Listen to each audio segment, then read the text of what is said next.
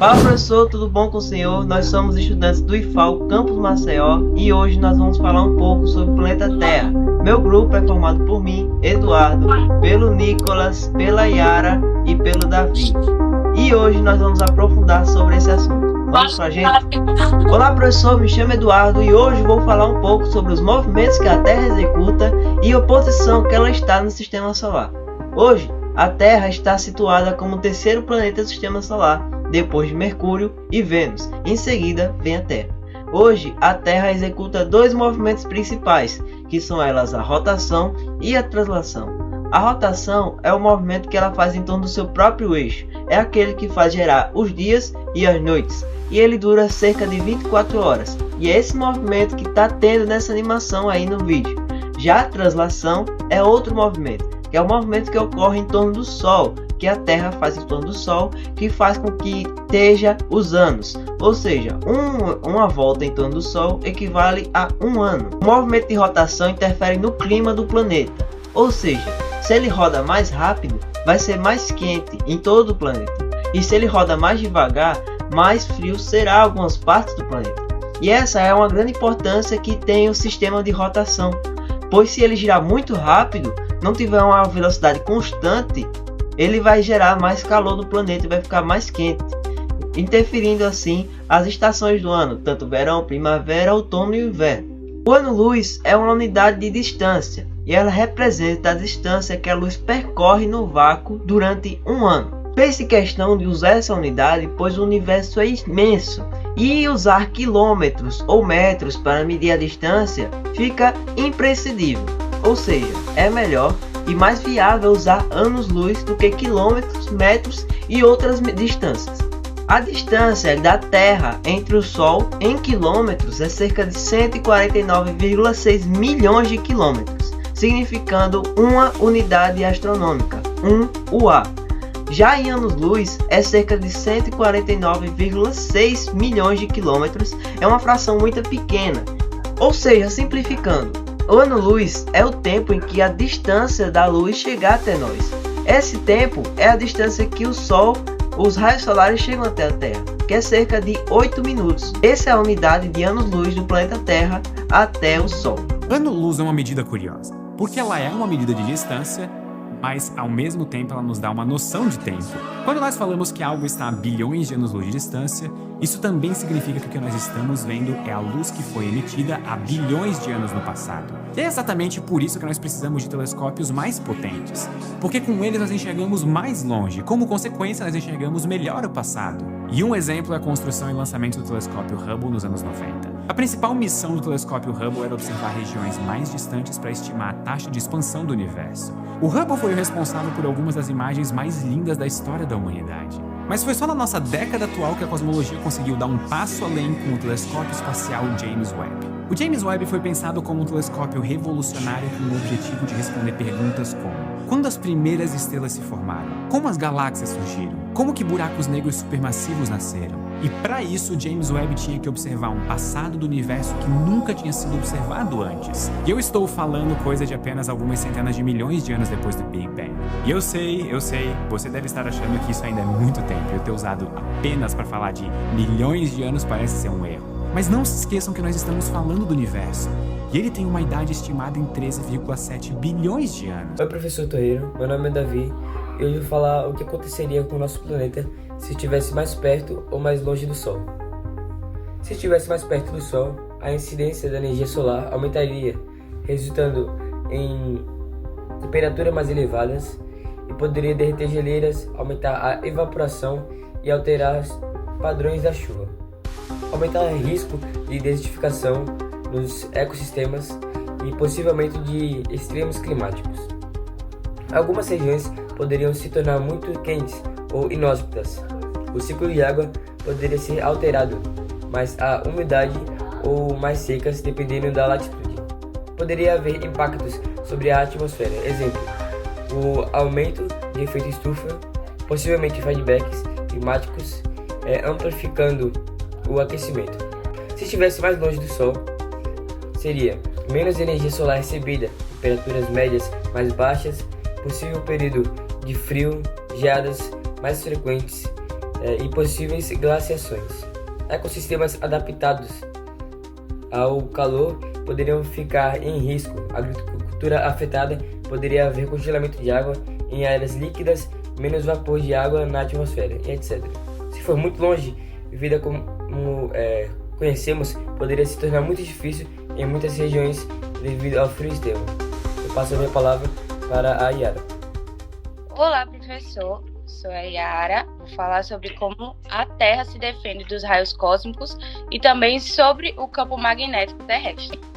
Os raios cósmicos são partículas muito energéticas que vêm do espaço e podem causar danos aos seres vivos, mas a Terra não fica desprotegida. Ela tem 2 grandes escudos. O primeiro é a atmosfera, que funciona como um filtro natural. Quando essas partículas entram, elas colidem com as moléculas do ar e acabam perdendo energia antes de chegar até nós. O segundo é o campo magnético terrestre. Ele age como um escudo invisível que desvia a maior parte dessas partículas carregadas. E quando isso acontece perto dos polos, a interação com a atmosfera cria as auroras, aquelas luzes coloridas no céu, a aurora boreal. Agora, sobre o campo magnético, ele funciona como se a Terra fosse um grande ímã, com polos norte e sul magnéticos. Esse campo é gerado lá no núcleo externo do planeta, onde o ferro e o níquel líquidos estão em movimento. Esse momento cria correntes elétricas e com a rotação da Terra surge o chamado efeito dinâmico, que mantém o campo ativo. E por que ele é tão importante? Porque sem o campo magnético, a radiação do espaço e o vento solar poderiam destruir parte da nossa atmosfera e deixar a vida aqui muito difícil. Além disso, ele é essencial para as coisas do dia a dia, como a bússola, e até ajuda os animais migratórios, como os pássaros, tartarugas, a se orientarem. Então, resumindo, a atmosfera e o campo magnético trabalham juntos como verdadeiros escudos da Terra, protegendo e permitindo a vida ao nosso planeta. Agora passo a minha palavra para o Nicolas. Olá, meu nome é Nicolas e eu vou falar sobre a atmosfera, o raio e o centro da Terra. Primeiro, o que é a atmosfera?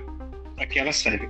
A atmosfera é a camada de gases que envolve a Terra, composição majoritária, nitrogênio, cerca de 78%, oxigênio, 21%, e outros gases como argônio, dióxido de carbono, vapor d'água, etc.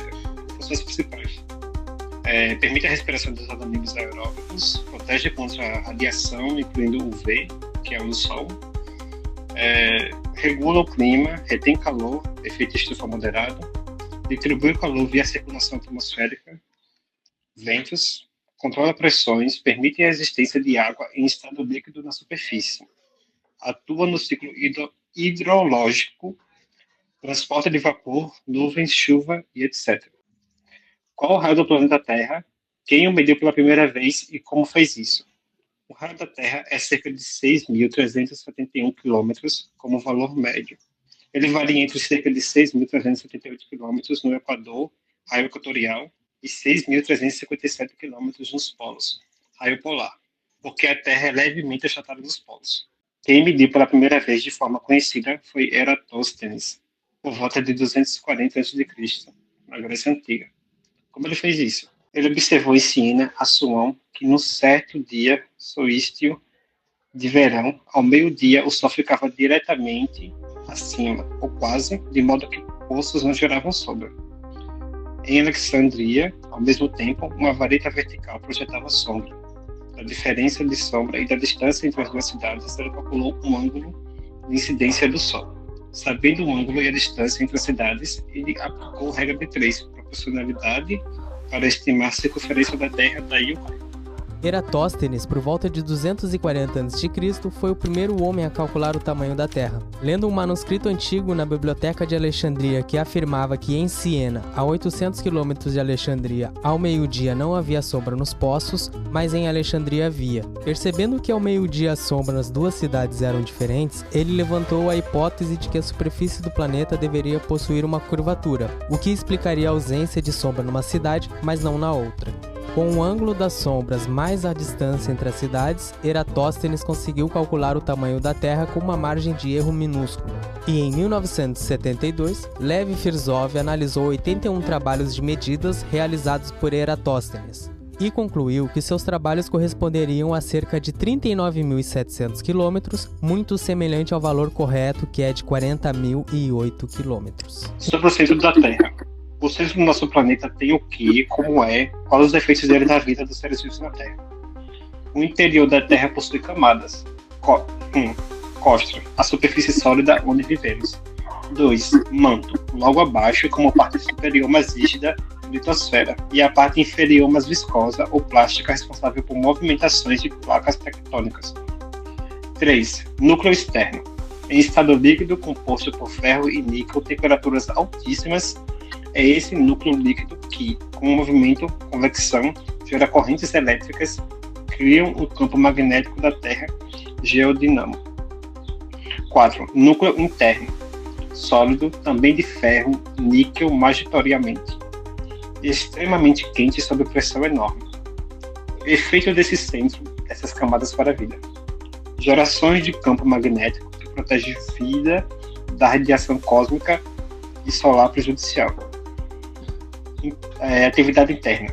Manto, causa vulcões e terremotos que, embora perigosos, também reciclam materiais, formam solo férteis, influenciam geografia e ecossistemas. Movimentação das placas tectônicas. Contribui para o ciclo de carbono, uso de minerais, formações de relevos que influenciam o clima, hidrologia e etc. E esse, professor, foi o nosso trabalho. Muito obrigada.